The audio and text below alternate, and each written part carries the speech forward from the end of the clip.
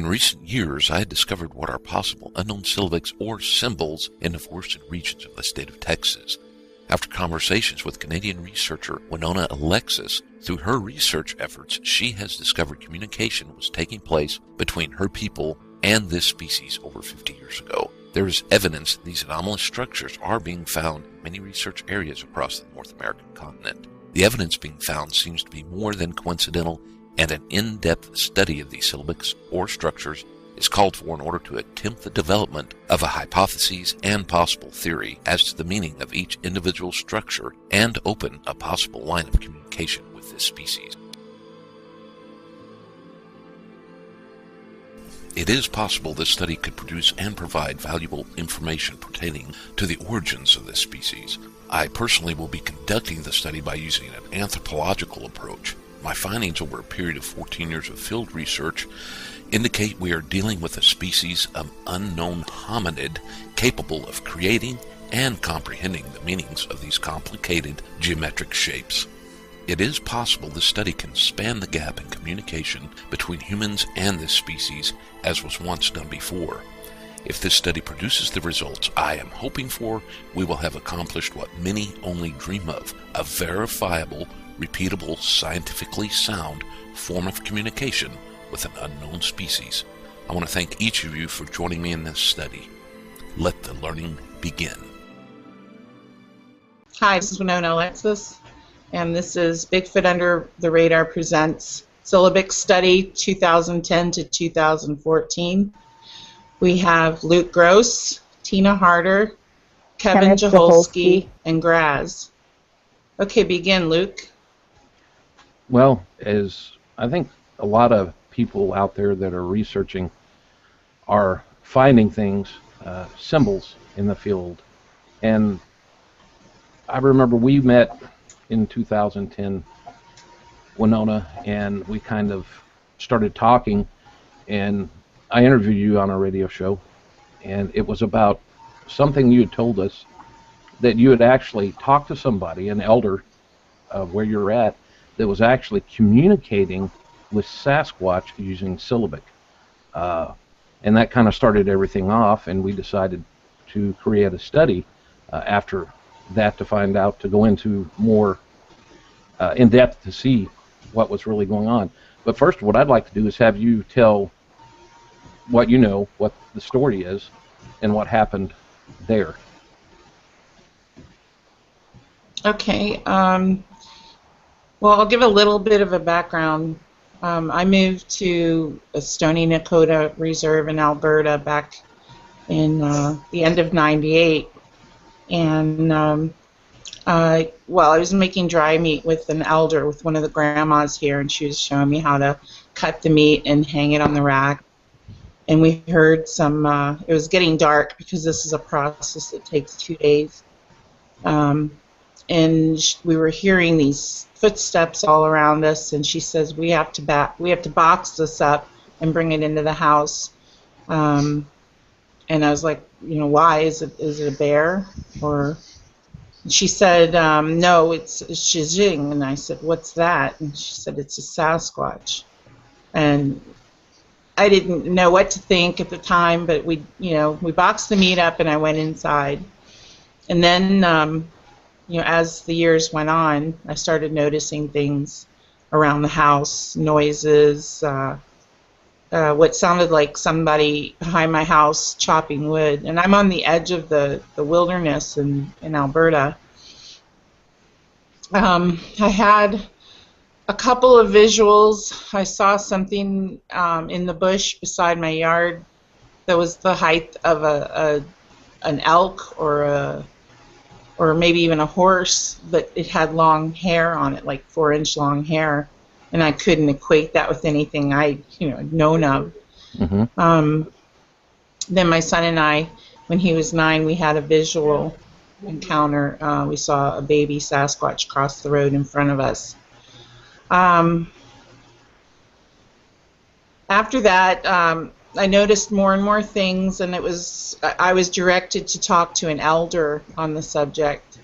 So I offered tobacco, and he came over, and I offered tobacco, and we talked. and he told me that the people here in the past and the people who live closer to the mountains have had interactions going on for hundreds and hundreds of years with Sasquatch. There was one old man who actually, he said, used to write syllabics back and forth, and there was like a trade going on where he would get medicines, and he actually had a pouch that had this medicine that was given to him, he said, by a Sasquatch. So I asked him a little bit more about this. He showed me some sideways triangle and a couple other shapes, and he said that means Ina, mother. Mm-hmm. And explained that the syllabic is from the circle. Another thing to say real quick about the background on the people here is that they have not been encroached on until pretty recent. We're that far north and west that and people still here still live off the land. They still have the skills, and they still have their ceremonies and traditions. They didn't have electricity until the late 60s. They didn't have indoor plumbing until later than that. So yeah, it's a little different than my relatives down in South Dakota who were encroached on, a lot longer ago. So that's just a little background. But yeah, that was really fascinating to me, and I shared that with you and the group. Mm-hmm. That they had been interacting and writing syllabic with Sasquatch. That's just amazing. Was there any indication of how long this went on? I mean, about the man that was... Yeah, that was back in the late 60s. Mm-hmm. There was a cave. Mm-hmm. There was a network of caves, actually, over near the Rockies. And those people had gone in agreement with the government to build a dam, which would flood these caves. And he was talking about how they were fighting to keep that from happening because there were, what he said, five Sasquatch families living within this network of caves. Mm-hmm. It was also where their old burial grounds were and their Sundance grounds were. But it did end up happening, and it ended up getting flooded. But it was this old man fought against that happening. He was the one who would write syllabics mm-hmm. to them, and they would write back to him. And that was everything that he told me. And after the dam... Well, he did tell me, he goes, if you understand the circle and the way the syllabics are in the circle, you can talk to them. Mm-hmm. That's totally amazing. And it captured my attention instantly because I've been researching for a long time, since 1997, and I've been finding symbols in structures, and some of these structures would have vegetative plants wrapped around the top, these teepee structures, and they'd have vegetation wrapped around the top. And I said, okay, what is this? And then again in 2004, there was symbols being found. We were going down the trails and we'd find these symbols, and the symbols were, we were in an area that was 6 to 6.5 miles into this one area, and we were finding these symbols. They were boxes, open-ended boxes, or like an open box, and then there was X's, and then these triangle patterns we was finding also, and it caught my attention, but we didn't stay in that area. We was in the area for 4 years and had quite a bit of activity, but you would find these symbols in the vertical X's, which were standing up like this, so on and so forth, and it captivated my curiosity. And when, after talking to you, that was all it took to think that we needed to take a in-depth look at what was going on out there. And everybody would meet on Skype, friends and researchers, independent researchers, and we decided to create this study, and we've been doing the study now, I think, going on, 4 years now, and from the inception of it, and we created guidelines and documentation sheets to document all of our findings. And I'd kind of like to start at that point going in. We have a PowerPoint presentation. It's just going to be, I'll click through it and we'll discuss our findings, and we'll show what we're finding. So if you don't mind, I'd like to go ahead and click my screen share and get started on this. Okay, here we go. You guys just tell me if it's working or not. First, I have to get the right frame up there. There we go. Okay, I have the frame. Let me click screen share.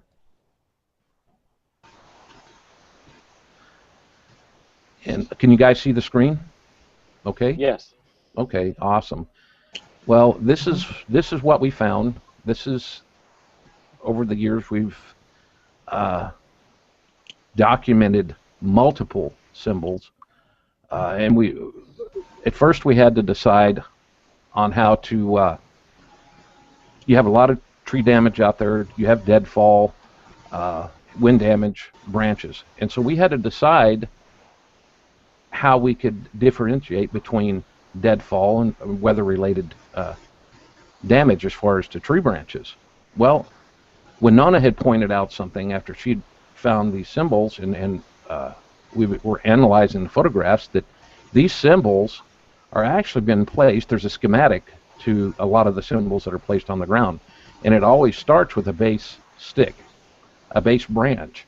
I'll get to that in just a minute, but here we have a discovery of unknown syllabic or symbols in North America, possible indications of an unknown relic hominid species communication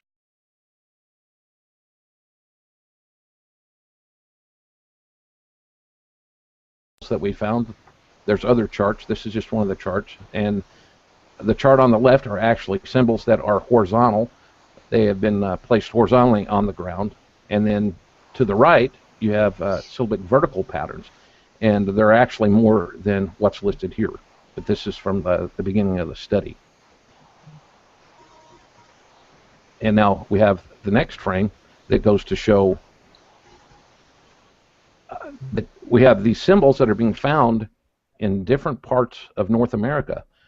Here you have symbols that are found here in Ohio, and then Canada, Texas, and Pennsylvania.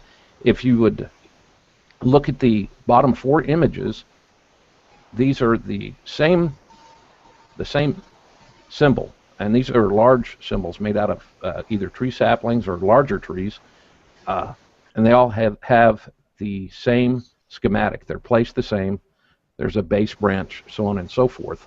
But it's incredible to see that you have this horizontal symbol here that matches this vertical symbol. This one Tina Harder had found, and the one on the right Winona had found.